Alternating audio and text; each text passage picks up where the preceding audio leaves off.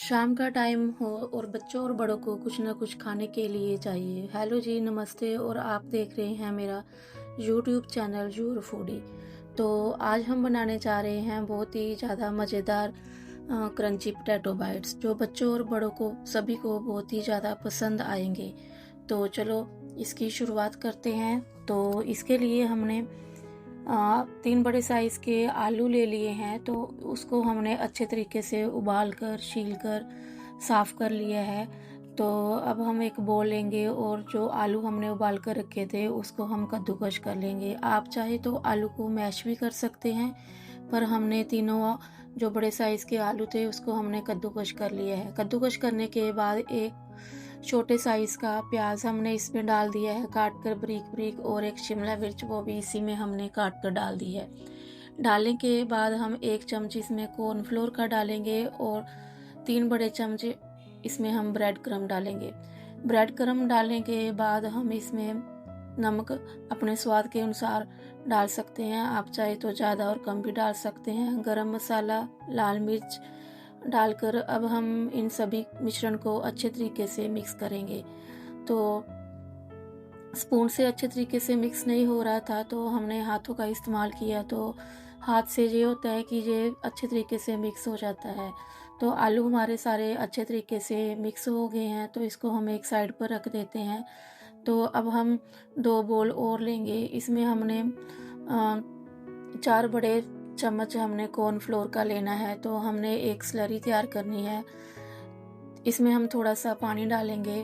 तो जो स्लरी हमने बनानी है वो थोड़ी सी थिक ही बनाएं, क्योंकि जो हमने बोल्स बनाने हैं तो उस पर इसकी कोटिंग हो जाए। तो अब जो स्लरी हमारी वो भी बनकर तैयार हो गई है। तो दूसरे बोल में अब हम जो कॉर्नफ्लेक्स होते हैं, जो नमकीन नहीं होते, प्लेन होते हैं, वो डाल देते हैं। डालने के बाद अब हम इन सभी को हाथों से अच्छे तरीके से मिक्स कर लेंगे। हाथ से ये होता है कि ये अच्छे तरीके से मिक्स हो जाते हैं। तो अब हम इसको अच्छे तरीके से हमने क्रश कर लिया है। क्रश करने के बाद हम इन सभी को एक साइड पर रख देंगे। तो जो आलू हमने साइड पर रखे थे अब वो ले लेंगे। तो हमने एक छोटी छोटी बॉल्स बनानी है हमने। तो हाथों में थोड़ा सा ऑयल लगाकर जो आलू है उसका थोड़ा सा मिश्रण लेके हम इसको एक छोटा सा आकार देंगे। आप चाहे तो कोई भी शेप दे सकते हैं, पर हमने इसको बॉल्स की शेप दे दी है। तो आप चाहे तो ट्रायंगल, बॉल्स कुछ भी बना सकते हैं। तो हमने सभी का आकार बॉल ही रखा है। तो सारे बॉल्स हमारे बनकर तैयार हो गए हैं। तो जो कॉर्नफ्लोर की स्लरी थी वो भी अब हमने उसमें थोड़ा सा मिक्स कर लेना है, और जो बॉल्स बना कर रखे थे स्लरी में डिप कर कर हमने कॉर्नफ्लेक्स में डाल देने हैं। तो एक एक कर कर हम इन सभी को कॉर्नफ्लेक्स में डालते जाएंगे। तो इसलिए डाल रही हैं क्योंकि हमने कोटिंग करनी है।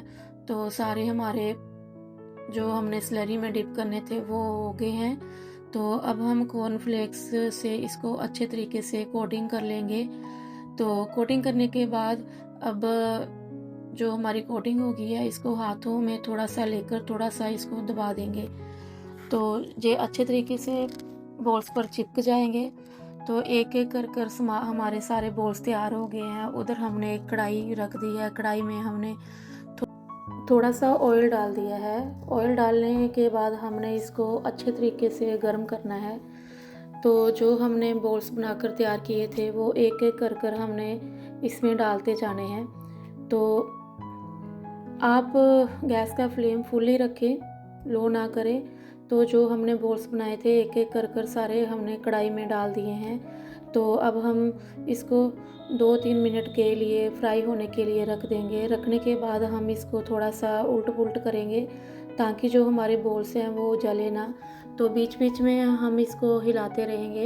हिलाने के बाद देखिए बॉल्स हमारे बनकर तैयार हो रहे हैं। कितना अच्छा कलर आया है और बहुत ही क्रंची लग रहे हैं। तो बॉल्स हमारे बनकर तैयार हो गए हैं। तो चलो अब हम इसको एक बाउल में निकाल लेते हैं। आपको मेरी रेसिपी पसंद आती है तो मेरी वीडियो को लाइक एंड सब्सक्राइब करें और घंटी बटन को दबाना ना भूलें, ताकि जो कोई भी नई रेसिपी आए तो आपको उसका नोटिफिकेशन मिलता रहे। Thank you.